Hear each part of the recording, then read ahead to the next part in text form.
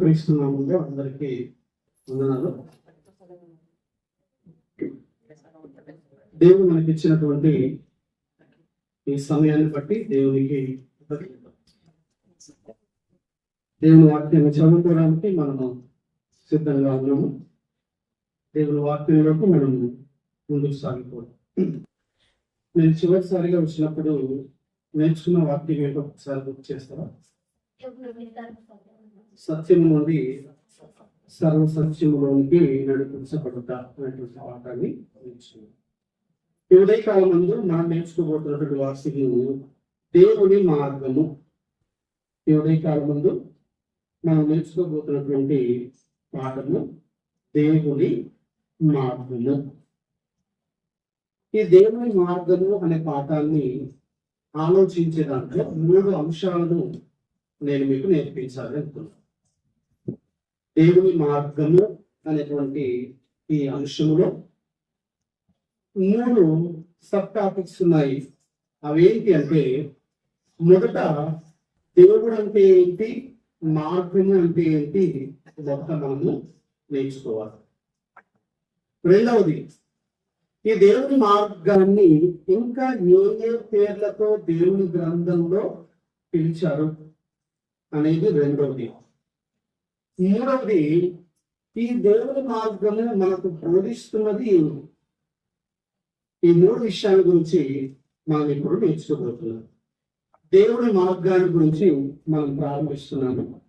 ఇందులో మొదటిది, దేవుడు అంటే ఏంటి, మార్గం అంటే ఏంటనేది హెబ్రీయులకు రాయబడినటువంటి పత్రిక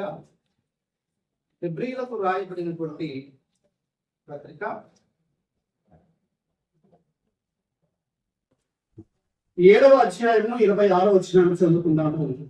హెబ్రీయులకు రాయబడినటువంటి పత్రిక 7వ అధ్యాయము 26వ వచనము, పవిత్రుడును నిర్దోషుడు నిష్కల్మషుడును పాపులను చేరక ప్రత్యేకముగా ఉన్నవాడును ఆకాశ మండలము కంటే మిక్కిలి హెచ్చైన వాడు. దేవుడు అనేటువంటి పదానికి అర్థం, ఎందుకు దేవుడు అనే పదాన్ని మనం నేర్చుకుంటున్నామంటే, ఆ వైపున మానవుడు అనేటువంటి పిలువబడుతున్నటువంటి నామము పేరు కూడా ఉంది. మరి దేవుడు అంటే ఏంటి, మానవుడు అంటే ఏంటి అనేది మనం చూసుకుంటే, దేవుడు అనగా అతని ఉన్నటువంటి లక్షణాలు ఏంటంటే, దేవుడు పవిత్రుడు. దేవుడు పవిత్రుడు. ఆయన పవిత్రుడుగా ఉండాలి. ఏ తరములోనైనా, ఏ కాలంలోనైనా, ఏ యుగంలోనైనా, సర్వకాల సర్వావస్థలందు ఆయన మార్పు లేని వాడుగా, పవిత్రుడుగా, పరిశుద్ధుడుగా ఉండాలి. అతన్ని మనం దేవుడు అంటారు. తర్వాత రెండవది, నిర్దోషి. ఏ దోషము లేనటువంటి వాడు, ఏ విధమైనటువంటి చిన్న పొరపాటు కూడా లేనటువంటి వాడు దేవుడుగా పిలువబడడానికి అర్హుడు. మూడవది, నిష్కల్మషుడు. ఈ నిష్కల్మషము అనేది మనసుకు సంబంధించింది, హృదయానికి సంబంధించింది. అతని మనసులో కూడా ఎటువంటి కల్మషం లేదు అంటారు. మనసులో ఎటువంటి కల్మషం లేదు అంటారు. అంటే మనసులో కూడా కల్మషము లేనటువంటి వాడు దేవుడు. మానవుడు పైకేమో శ్రీకాంత్ బాను, నైష్ బాను, హుసేన్ బాను, మానవుడు, కానీ మనసులో కూడా కల్మషము లేనివాడు దేవుడు. తర్వాత పాపులను చేరక ప్రత్యేకముగా ఉన్నవాడు. ఏ పరిస్థితి అయినా, ఏ గత అయినా, ఏ స్థితి అయినా సరే పాపులలో చేరక ప్రత్యేకంగా ఉన్నవాడే దేవుడు. తర్వాత ఆకాశ మండలం కంటే మిక్కిలి వచ్చైన వాడుగా కనబడాలి. ఇవన్నీ లక్షణాలు మనం అర్థం చేసుకుంటే ఆటోమేటికల్లీ దేవుడు ఎవరికి ఆకాశ మండలం కంటే మిక్కిలి ఎత్తైన వాడుగా, హెచ్చైన వాడుగా మనకు కనిపిస్తాడు. ఇక ఈయన కంటే గొప్పవారు ఎవరు కూడా లేరు. నా యందు పాపం ఉన్నదని మీరు ఎవడు స్థాపించును అని పలకగలిగేంతటి గొప్పవాడు ఎవరైనా ఉండవచ్చు అని ఒక నిర్ధారణ కోసం చూడు. ఈస్ ద గాడ్, అతడు దేవుడు. ఇప్పుడు మార్గము. మార్గం అంటే ఏంటి అంటే దేవుడు పవిత్రుడైనప్పుడు ఆయన మార్గం ఏమైతుంది అవుతుంది.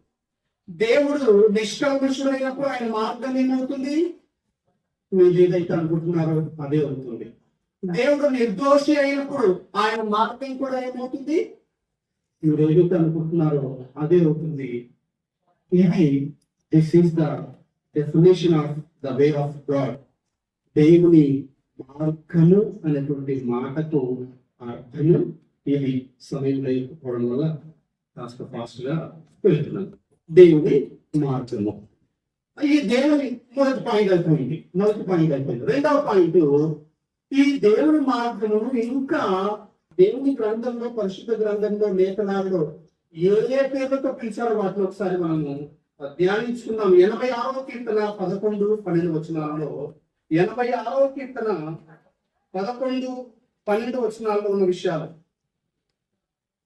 86వ కీర్తన 11, 12 వచనాలు త్వరగా చదివే, మన పాఠం ఇంకా ముందుంది.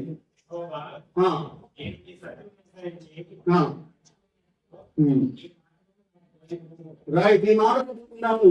రెండో లైన్ చదువుతున్నాను. నీ మార్గము నాకు బోధింపుము అని పైన ఉన్నాడు. నేను సత్యము అనుసరించి అన్నాడు. దేవుడి మార్గములకు గల ఇంకొక పేరు సత్య మార్గము. సత్య మార్గము, సత్యమైనటువంటి మార్గము నిన్ను సత్యములో నడిపిస్తుంది. నిజమైన జీవితాన్ని నీకు ఇస్తుంది. ఏది సత్యమో, ఏది అసత్యమో, ఏది మంచో, ఏది చెడో నీకు నేర్పిస్తుంది. ఇది సత్యమైనటువంటి మార్గము. సత్య మార్గము అంటే నేను సత్యములో నడిపిస్తుంది. సత్యం అంటే ఏంటంటే చాలా ఉంది, కానీ అబద్ధం ఆడకూడదు, అబద్ధము ఆడవచ్చు. ఏది సత్యము, ఏది సత్యము? అబద్ధం ఆడకూడదు అనేది సత్యము. దేవుడు చెప్పేది కూడా అదే. దొంగతనం చేయవచ్చు, దొంగతనం చేయకూడదు. ఏది సత్యము? దొంగతనం చేయకూడదు అనేది సత్యము. నువ్వు అమెరికాకి వెళ్ళినా, ఎక్కడికి వెళ్ళినా, పోస్ట్ ఆఫీస్కి వెళ్ళినా, పోలీస్ స్టేషన్కి వెళ్ళినా, స్కూల్కి వెళ్ళినా, గుడికి వెళ్ళినా, ఎక్కడికి వెళ్ళినా సత్యమే కదా చెబుతారు. ఆ సత్యమైన మార్గంలో నేను నడిపించేది దేవుని మార్గము. ఆ తర్వాత 77వ కీర్తన 6వ వచనం. 77వ కీర్తన 6వ వచనం.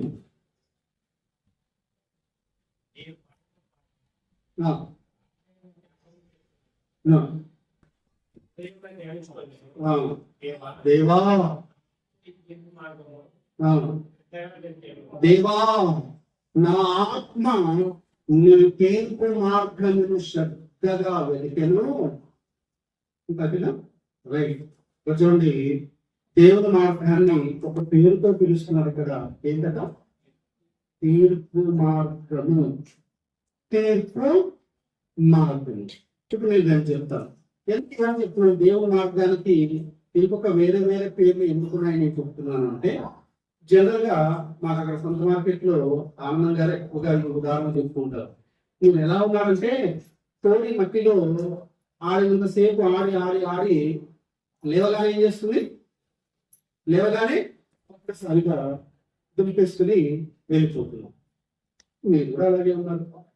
చక్కగా వచ్చారు, చక్కగా కూర్చున్నారు, చక్కగా వాక్యం విన్నారు, కానీ వెళ్ళేటప్పుడు ఏం చేస్తున్నారంటే హృదయంలో ఉన్నటువంటి వాక్యం ఒక్కసారి అలా అనేసి మెట్లు దిగి దిగగానే ఏం చేస్తున్నాము, దేవుని వాక్యం ఏంటో మర్చిపోతున్నాము, దేవుని మార్గం ఏంటో మర్చిపోతున్నాము. అవన్నీ తెలియడానికి దేవుని మార్గం అంటే ఆదివారం అవగానే కదా, ఆదివారం అవగానే చక్కగా సిద్ధమై వచ్చి కూర్చొని దేవుని వాక్యాన్ని విని మెట్లు దిగి దిగంగానే మర్చిపోయేది కాదు. దేవుని మార్గములో ఉన్నటువంటి నీకు దేవుడు ఏదో చెబుతున్నాడు. ఏం చెప్తున్నాడు అంటే, దేవుని మార్గం అంటే కేవలం వినేది కాదు నాయన, ఇది నిన్ను సత్యములో నడిపించాలి. అంటే నువ్వు సత్యములో నడవాలి. అంటే వెళ్ళిపోయేది కాదు, దేవుని మార్గమే సత్య మార్గము. నువ్వు సత్యాన్ని అనుసరించి నడవాలి. సమయం లేకపోవడం వల్ల కాస్త వెళ్ళిపోతున్నాను. రెండవది తీర్పు మార్గము. దేవుని మార్గం నీకు ఏం చెబుతుందంటే, నీకు తీర్పు ఉంది. నీవు దేహంతో జరిగించినవి మంచివైనను సరే, చెడ్డమైనను సరే, ప్రతి దానికి కూడా దేవునికి తీర్పు అనేది ఉంటుంది. అందులో దేవుడు దాని గ్రంథంలో చెప్పేశాడు, మినే మినే మినే మినే అనగా దేవుడు నేను త్రాసులో చూస్తాడు. God will never spare anyone. దేవుడు ఎవరిని విడిచిపెట్టడు. ఇంతలా మాట్లాడుతున్నా, మమ్మల్ని కూడా దేవుడు అస్సలు విడవడు. మిమ్మల్ని విడవడు, మమ్మల్ని అస్సలు విడవడు. కాబట్టి తీర్పు మార్గము దేవుని మార్గానికి గల మరొక పేరు. అదే మరొక పేరు వింటున్నప్పుడంతా కూడా ఎందుకు ఈ పేరు వచ్చింది? ఓహో, నేను తీర్పు ఉన్నదని ఒకటి మనసులో ఉంచుకోవాలి. కాబట్టే ఈ దేవుని మార్గానికి ఏమైనా పేరు వచ్చింది? తీర్పు మార్గం అనేది వచ్చింది అని. కొన్ని పల్లెల్లో ఆయన పెద్ద వీణ పట్టుకొని ఎర్ర కమ్మలో నల్ల కమ్మలో వీడేసుకొని పక్కన ఇద్దరు పెట్టుకొని ఆహా ఆహా తందాని తందాని థా అంటారు. అక్కడికి వచ్చిన వాళ్ళు విని ఏం చేస్తారు? వెళ్ళిపోతారు అంతే. అటువంటిది ఇది కాదు. దేవుని మార్గము అనేది ప్రత్యేకమైనది. ఈ దేవుని మార్గము మూడు అంశంలో చెప్తాను ఏంటి అనేది. ఆ తర్వాత 12వ సామెతల గ్రంథం 12వ అధ్యాయం 28వ వచనం. సామెతల గ్రంథము 12వ అధ్యాయము 28వ వచనం. నీతి మార్గంలో జీవము కలదు, దాని త్రోవలు మరణమే లేదు. ఇక్కడ దేవుని మార్గాన్ని ఇంకొక పేరుతో పిలిచారు. ఏంటంటే నీతి మార్గము. నీతి మార్గము. ఇక నీతి అంటే ఏంటనేది చాలా పెద్ద పాఠము. మా సొంత మాట్లాడడం 2-3 వారాలు అయింది. నీతి అంటే ఏంటి? నీతి అనేది ఒకే మాటలో చెప్పాలి అంటే, ఎన్నడూ పాపము చేయని స్థితిని నీతి అంటారు. ఇంకోసారి చెప్పాను, నీతి మంత్రుడు అని పాఠం చెప్తూ, ఎన్నడూ పాపము చేయని స్థితిని ఏమంటారు? నీతి అంటారు. ఆ వ్యక్తిని ఏమంటారు అంటే నీతి మంత్రుడు అంటారు. సో దేవుని మార్గం అట నీతి మార్గం అట. దేవుని మార్గానికి వెళ్ళిపోతే నీతి మార్గము అంటే, నువ్వు ఎప్పుడైతే బాప్సం పొందావో, నీ పాపములు క్రీస్తు రక్తంలో కడిగేస్తున్నావో, అప్పటి నుండి ఈ దేవుని మార్గము నేనేం చేస్తున్నట? నీతిలో నడిపించడానికి ప్రయత్నము చేస్తుంది. ఇక ఎన్నడూ పాపం చేయకూడదు అని నీకు నేర్పిస్తూ ఉంటుంది. నేర్చుకున్న వాడు చేయడు, నిర్లక్ష్యం చేసిన వాడు చేస్తూనే ఉంటాడు. దేవుని మార్గము నీతి మార్గము అనేది గుర్తుంచుకోవాలి. రైట్. ఆ తర్వాత 10వ అధ్యాయము, ఇది సామెతల గ్రంథం 10వ అధ్యాయం 17వ వచ్చింది. 10వ అధ్యాయం 17వ వచ్చింది.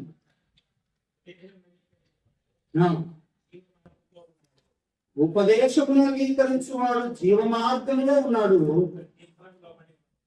గద్దింపుకు లోపడని వాడు ఇక్కడ దేవుని మార్గాన్ని ఏ పేరుతో పిలుస్తున్నారు? జీవ మార్గంతో. ఒకనాడు యేసుక్రీస్తు సమరయస్పేకు అన్నాడు, అమ్మా, నేను ఇచ్చు నీరు త్రాగిడి ఎడలా, నేను ఇచ్చే ఆహారం తిండి ఎడలా నువ్వెన్నడము తప్పికొనము, నువ్వెన్నడము ఆకలి కొనవు అని చెప్పాడు. కాబట్టి దేవుని మార్గం నీకు ఏం బోధిస్తుందంటే, జీవము అనేది ఒకటి ఉంది. కొన్ని వారిని మీకు చెప్పాను, సత్యములో నుండి సర్వసత్యములోనికి అనే పాఠం చెబుతూ, మనకందరికి కూడా పరలోకం అనేది ఒక స్వాస్థ్యం ఉంది. నిత్య జీవము అనేటువంటి స్వాస్థ్యము మనకందరికి ఉంది. నిత్య జీవము అని దానికి ఎందుకు పేరు అంటే, మనం నిత్యము జీవించే ఉంటాము. మనం భూమి మీద కూడా ఎక్కువ కాలం బ్రతకడానికి ప్రయత్నము చేస్తాము. ఎవరు కూడా ఇప్పుడు నేను వెళ్తూనే ఏదైనా అయిపోయి చనిపోవాలని ఎవరు కూడా కోరుకోగలుగుతున్నారని చెప్పాను. కాబట్టి దేవుని మార్గానికి గల మరి ఒక పేరు ఇది నీకు జీవాన్ని ఇచ్చేటువంటి మార్గము. అందుకే దేవుని మార్గాన్ని జీవ మార్గము అనేటువంటి పేరుతో పిలిచారు. ఇక ఇందులో చివరిగా 25వ కీర్తన 8వ వచనం, 25వ కీర్తన 8వ వచనం, 25వ కీర్తన 8వ వచనం.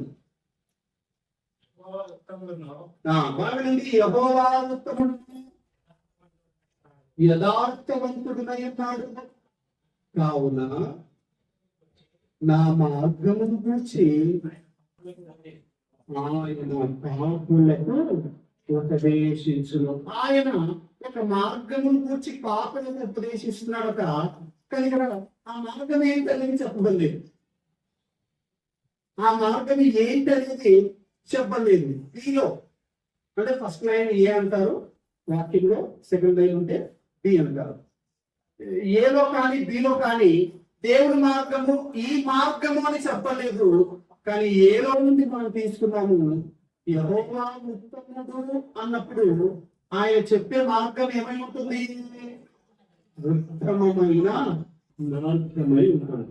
ఉత్తమమైనటువంటి మార్గమై ఉంటుంది. యెహోవా యథార్థవంతుడు అన్నప్పుడు ఆయన బోధించే మార్గం ఏమై ఉంటుంది? యథార్థమైనటువంటి మార్గమై ఉంటుంది. యథార్థమైనటువంటి మార్గమై ఉంటుంది.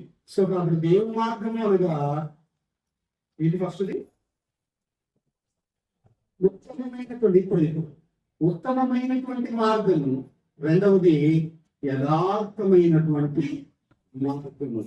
వీటి వివరణలు మళ్ళీ ఎప్పుడైనా అవకాశం వస్తే ఎందుకు ఆ పేరుతో పిలిచారనేది మనం మీరు ఆలోచించినా మీకు బోధపడుతుంది. రైట్, ఇక 3వ అంశంలోకి మనం వెళ్తున్నాము. మరి దేవుని మార్గం అంటే ఏమిటో అర్థం తెలుసుకున్నాము. దేవుని మార్గానికి గల పలు విధమైన పేర్లతో తెలుసుకున్నాము. అసలు దేవుని మార్గము మనకి ఏమి బోధిస్తుంది? ఇది మనకు కావాలి. దేవుని మార్గము మనకు ఏమి బోధిస్తుంది? దేవుడు తన గ్రంథంలో కొన్ని మాటలు చెప్పాడు. దురద చెవులు గలవారు అన్నారా లేదా? అన్నాడు. చెవి గలవాడు, చెవులు గలవాడు వినుగాక, చెవి గలవాడు వినుగాక అన్నాడు. ఇదని మాట్లాడినాడు దేవుడు. అన్నారు కదా. అంటే అర్థం ఏంటి అంటే చెవులు అందరికీ ఉన్నాయి, కానీ ఆ చెవులకు ఏముందట? దురద ఉందట. చెవులు అందరికీ ఉన్నాయి, కానీ చెవి గలవాడు వినుగాక అన్నాడు. అంటే కొందరు దేవుని వాక్యాన్ని వినటానికి కూడా ఇష్టపడట్లేదు. దేవుడి మార్గాన్ని వినటానికి కూడా ఇష్టపడట్లేదు. ఇష్టపడితే అందులో ఏముందో తెలుస్తుంది. అందులో ఏముందో తెలుస్తుంది. అందులో ఏముందో ఒకసారి చూద్దాం. యెషయా గ్రంథము 2వ అధ్యాయం. యెషయా గ్రంథము 2వ అధ్యాయం.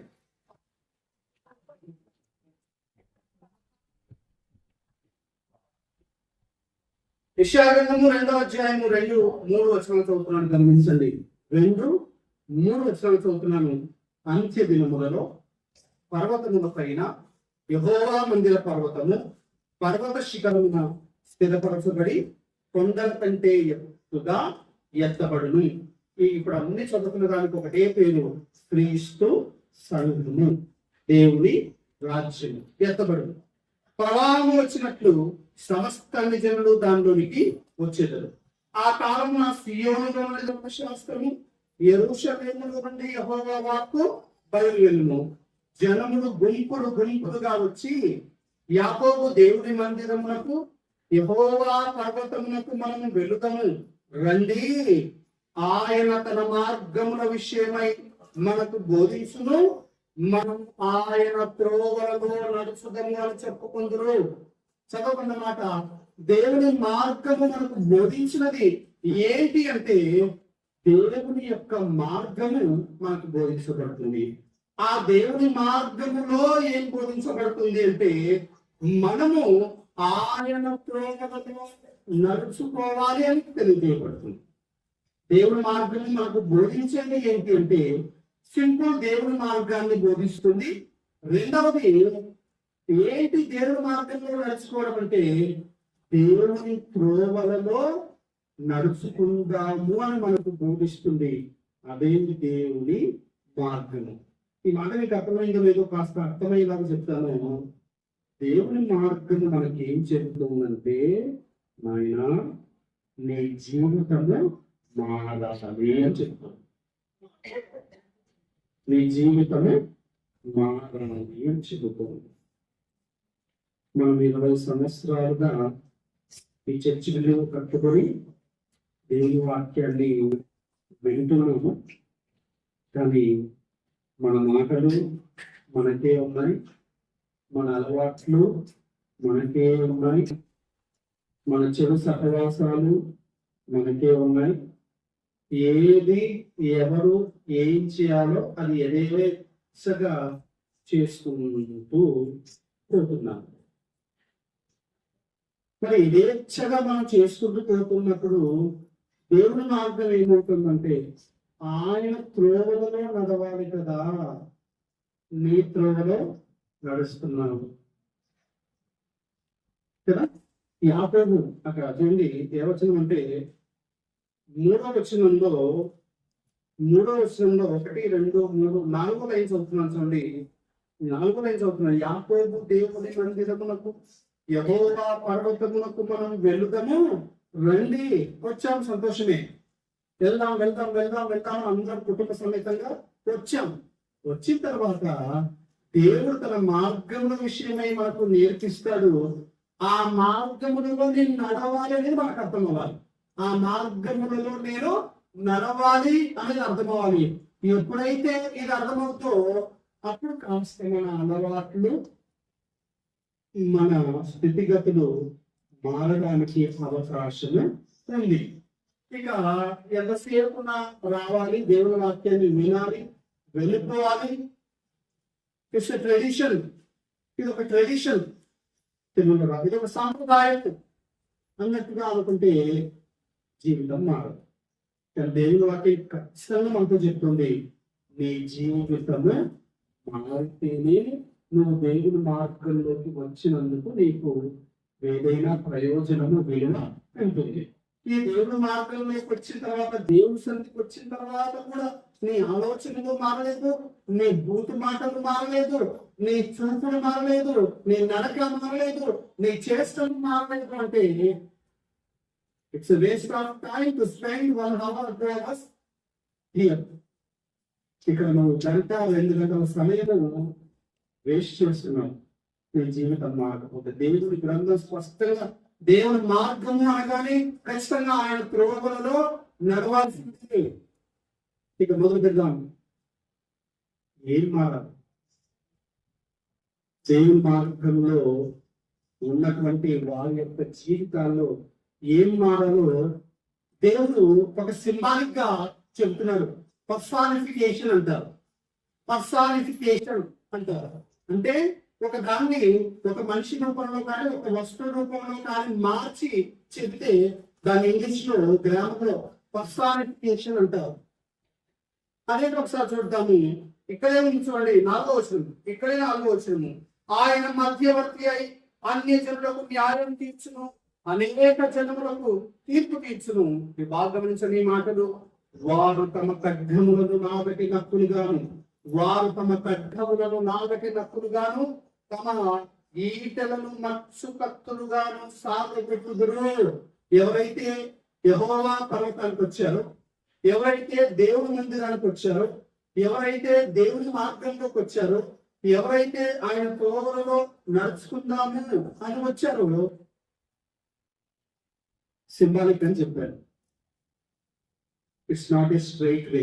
స్ట్రైట్ గా చెప్పకుండా దేవుడు ఒక వస్తువుల రూపంలో చెప్తూ ఉంటున్నాడు.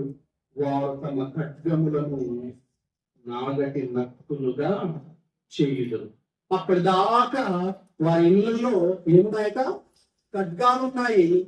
కానీ ఎప్పుడైతే దేవుని మార్గంలోకి వచ్చారో ఆ ఖడ్గాలను కరగబోసి ఏం తయారు చేస్తున్నారట? నాగటి నక్కులను తయారు చేస్తున్నారు. నాగటి నక్కులను తయారు చేస్తున్నారు. వ్యవసాయం అనగానే అది శాంతికి సంకేతం. ఖడ్గము అనగానే అది క్రూరత్వానికి సంకేతం. సో దేవుని మార్గంలోకి వచ్చినటువంటి నీ ఖడ్గము ఎవరి కొరకు? నాగటి నక్కులుగా మారిపోవాలి. నాగటి నక్కులు ఎవరికి హాని చేయవు. అంటే కొన్ని వస్తువుల రూపంలో దేవుడికి చెబుతున్నారంటే దేవుని మార్గంలోకి, దేవుని త్రోవలోకి నడుచుకోవడానికి వచ్చినటువంటి నీ జీవితము మారాలి అని చెబుతున్నారా? అలాగే ఉండాలని చెబుతున్నారా? మారాలి. నీ ఖడ్గము నాగటి నక్కులుగా మారిపోతాయని దేవుడు చెప్పాడు. మారిపోవాలి. అప్పటిదాకా నువ్వు ఖడ్గం దాకా ఉన్నావేమో. కొందరి నాలుకలు ఖడ్గం కంటే పదునుగా ఉంటాయట. వారు మాట్లాడితే గుండె చీరుతున్నది ఒక్కసారిగా. అలాంటి మాటలు మాట్లాడే వారు కూడా తగిన సాంప్రదాయంగా ఉంది. సో అప్పటిదాకా నీ హృదయంలో, నీ జీవితంలో ఖడ్గం ఉందేమో. దేవుని త్రోవలోకి వచ్చావా, దేవుని మార్గంలోకి వచ్చావా, ఆ ఖడ్గం ఏమైపోవాట? నాగటి నక్కులుగా మారిపోవాలి. తర్వాత వారు తమ ఈటలను మత్స్య కత్తులుగా సాగబెట్టుదురు. అంటే కోత కోసేటువంటి కత్తులుగా చేసుకోవాలి.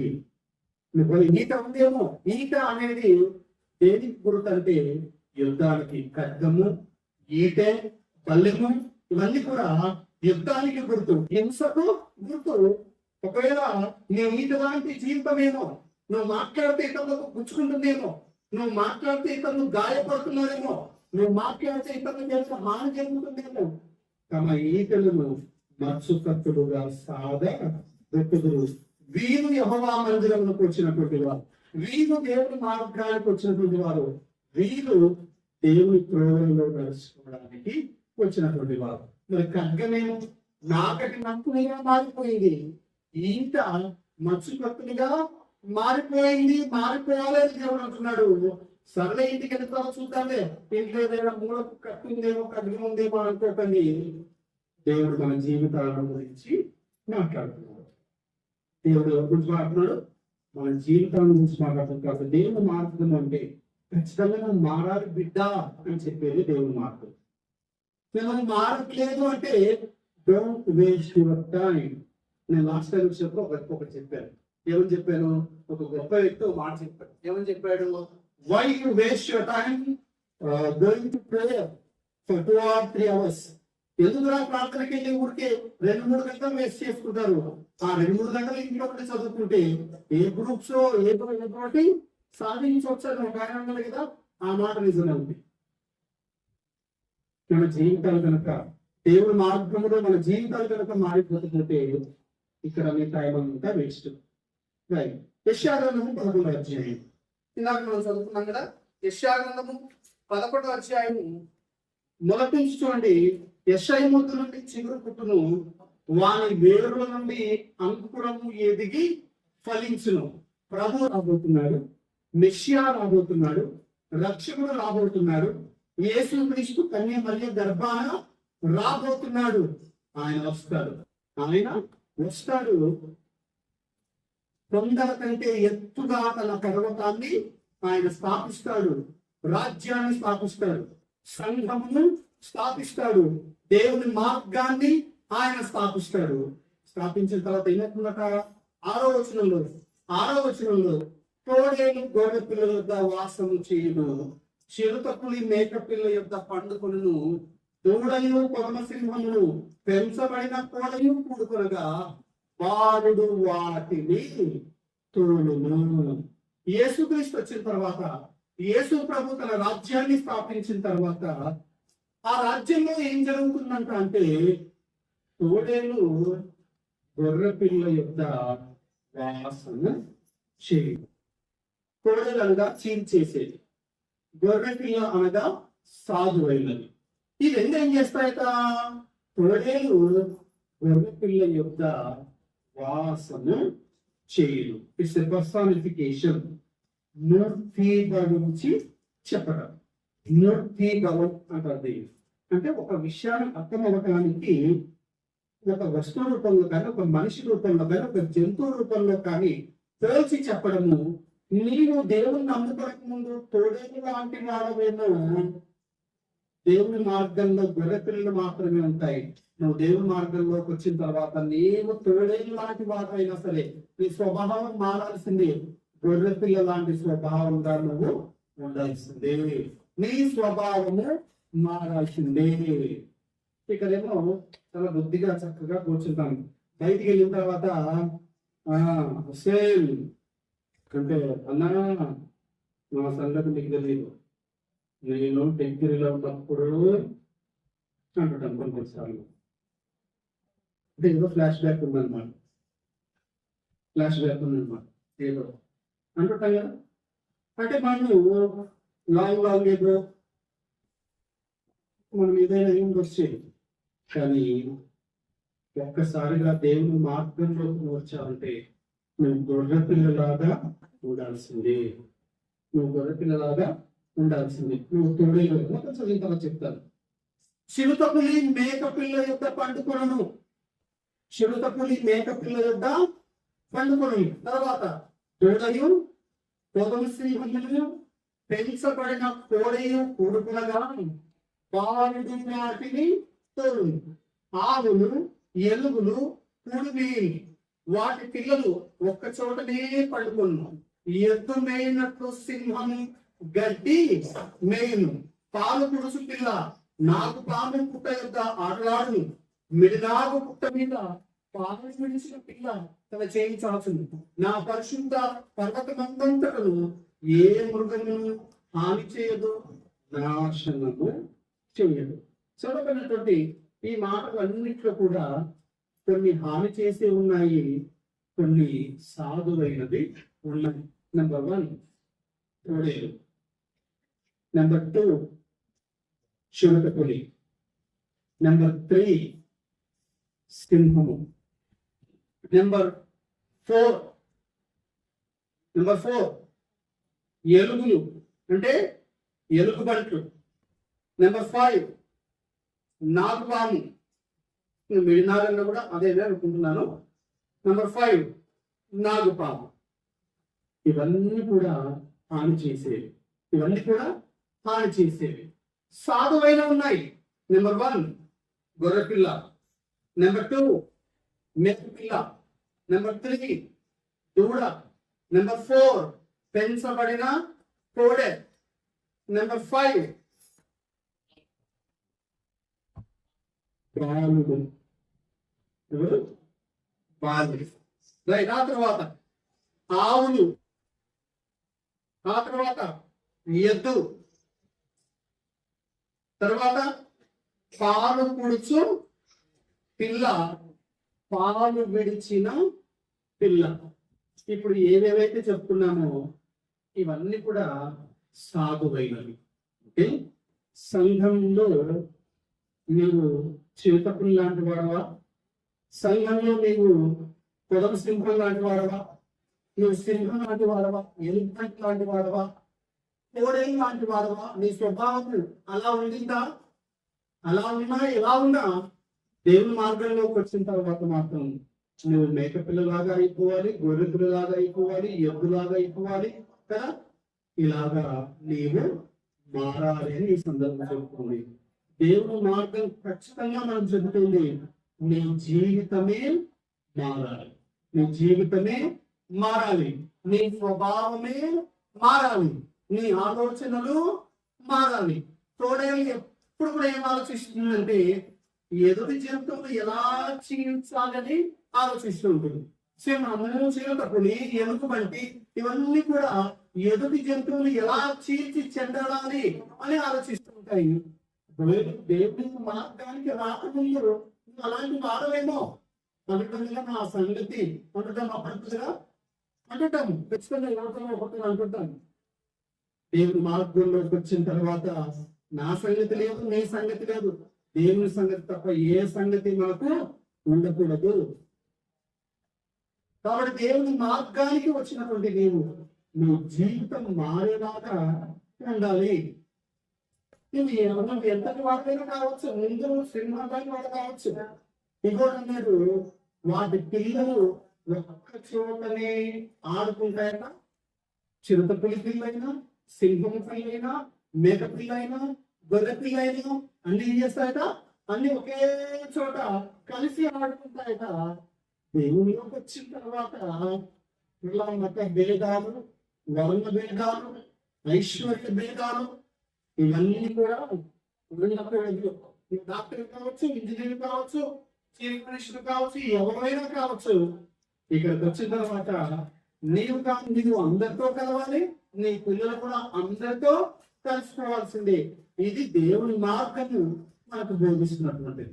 కాబట్టి దేవుని మార్గము ఖచ్చితంగా నువ్వు మారాల్సిందే. యెషయా-గ్రంథం 2వ అధ్యాయంలో కూడా దేవుడు మారాలి అని చెప్తున్నాడు. యెషయా-గ్రంథం 11వ అధ్యాయంలో కూడా దేవుడు ఏమని చెప్తున్నాడు? నీ జీవితం ఖచ్చితంగా మారాల్సిందే. అది కూడా ఎలాగా? అద్భుత రీతిగా మారిపోవాలి. చేతులతో పోయింది ఒక్కసారి ఎలా మారిపోవాలి? మేక పిల్లలాగా మారిపోవాలని దేవుడు అంటున్నాడు. కానీ దేవుని మార్గం అనేది కేవలం వెళ్ళిపోయేది కాదు, కేవలం 2 గంటలు కూర్చొని పోయేది కాదు. దేవుడు మార్గం నీకు ఏం బోధిస్తాడంటే నీ జీవితం మారాలి అని తప్పకుండా బోధిస్తుంది. ఆ తర్వాత మీకా గ్రంథము 6వ అధ్యాయం 6 నుంచి 8 వచనాలు చదువుకుని ముగించుకుందాం. మీకా గ్రంథము 6వ అధ్యాయము 6 నుండి 8 వచనాలు. మీకా గ్రంథము 6వ అధ్యాయము 6 నుండి 8 వచనాలు. 6 నుండి 8 వచనాలు. ఏమి తీసుకొని వచ్చి నేను యెహోవాను దర్శించును, ఏమి తీసుకొని వచ్చి మహోన్నతమైన దేవుని సన్నిధిని నమస్కారం చేతును, దహన బలులను, ఏడాది దూడలను అర్పించి దర్శించున, వేల కొలది పొట్టేమును, వేలాది నదులంత విస్తారమైన తైలమును ఆయనకు సంతోషము కలుగజేయిన, నా అతిక్రమమునకై నా జ్యేష్ఠ పుత్రుని నేను నా పాప పరిహారముకై నా గర్భ ఫలమును నేను మనుషుడా, ఏది ఉత్తమమో అది నీకు తెలియజేయబడినది.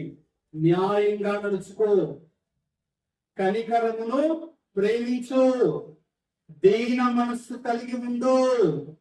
నీ దేవుని ఎదుట ప్రవర్తించడము ఇంతే కదా యెహోవా నిన్ను అడుగుచున్నాడు. దేవునికి 500 కానికిద్దామా, 1000 రూపాయలు కానికిద్దామా, నా కొడుకుని సేవకు పంపిద్దామా? ఏమి కూడా మంచివే నేను చెడ్డలు చెప్పట్లేదు. సందర్భాన్ని బట్టి కొన్ని చెడ్డలు కూడా అవుతాయి. ఏమి తీసుకువచ్చి వేలాది నదులంత తైలాన్ని తీసుకువచ్చినా దేవునికి ఏం తీసుకొని నేను రావాలి అంటే దేవుడు అంటున్నాడు, బిడ్డ అవన్నీ తర్వాత దహన బలులు ఇవన్నీ కూడా తర్వాత మొదట ఏం చేయండి, నీ జీవితాన్ని మార్చుకో. మొదట నీ జీవితాన్ని మార్చుకో. ఇంతే కదా అని మాట్లాడేస్తాను. ఇంతే కదా దేవుడు నిన్ను అడుగుతున్నాడు. ఏమడుగుతున్నాడట? న్యాయముగా నడుచుకో. న్యాయముగా నడుచుకున్నటయు, కనికరమును ప్రేమించుటయు, దీన మనస్సు కలిగి నీ దేవుని ఎదుట ప్రవర్తించుటయు ఇంతే కదా దేవుడు నిన్ను అడుగుతున్నాడు. ఇది అడుగుతున్నాడయ్యా దేవుడు నిన్ను. న్యాయంగా నడుచుకో, నీతిగా నడుచుకో, సత్యమైన మార్గంలో నడుచుకో, ఉత్తమమైన మార్గంలో నడుచుకో, యథార్థంగా బ్రతుకు, కల్మషము లేకుండా బ్రతుకు, కనికరమును, జాలిని, దయను కలిగి ఉండు. తర్వాత దీన మనసు కలిగి ఉండు, తగ్గింపు మనసును కలిగి ఉండు. నీ దేవుని ఎదుట తగ్గించుకొని ఉండు. ఇంతే కదా దేవుడిని అడుగుతున్నాడు. దేవుని మార్గానికి వచ్చావు, దేవుని సన్నిధికి వచ్చావు, దేవుని సన్నిధిలో కూర్చున్నావు. దేవుని మార్గంలోకి వచ్చిన మనము మన జీవితాలను మార్చుకునేలాగా ఆలోచించేద్దాం. వెళ్ళిపోవద్దు, మరలా చూద్దాంలే అని అనుకోవద్దు. దేవుని మార్గాన్ని ఖచ్చితంగా నువ్వు మారాలి, నీ జీవితంలో మారాలి అని చెబుతుంది. మారకపోతే తీర్పు కూడా ఉంది అని చెబుతుంది. జాగ్రత్త. మేలుంది, కీడుంది అని దేవుని మార్గం చెబుతుంది. జాగ్రత్త. దీనికి ఆశ్చర్యపడి కూడా ఒక కాలం వస్తుంది. ఆ కాలంలో సమాధానం ఆయన శబ్దం వింటారు. మేలు చేసిన వారు జీవ పునరుత్థానానికి వెళ్తారు, కీడు చేసిన వారు తీర్పు పునరుత్థానానికి వెళ్తారని దేవుని వాక్యం చెప్తుంది. కాబట్టి దయచేసి దేవుని మార్గంలో ఉన్న మనం మన జీవితాలను మార్చుకోవాలి. ఇంకా ఉత్తమమైనదిగా మార్చుకోవడానికి కూడా అవకాశం ఉంది. ఆ దిశగా ఆలోచిద్దాం. దేవుడు మనం దీవించి ఆశీర్వదించిన గాక. ఒకసారి అందరికీ నాకు తెలియజేస్తూ ముగిస్తున్నాను. సరే.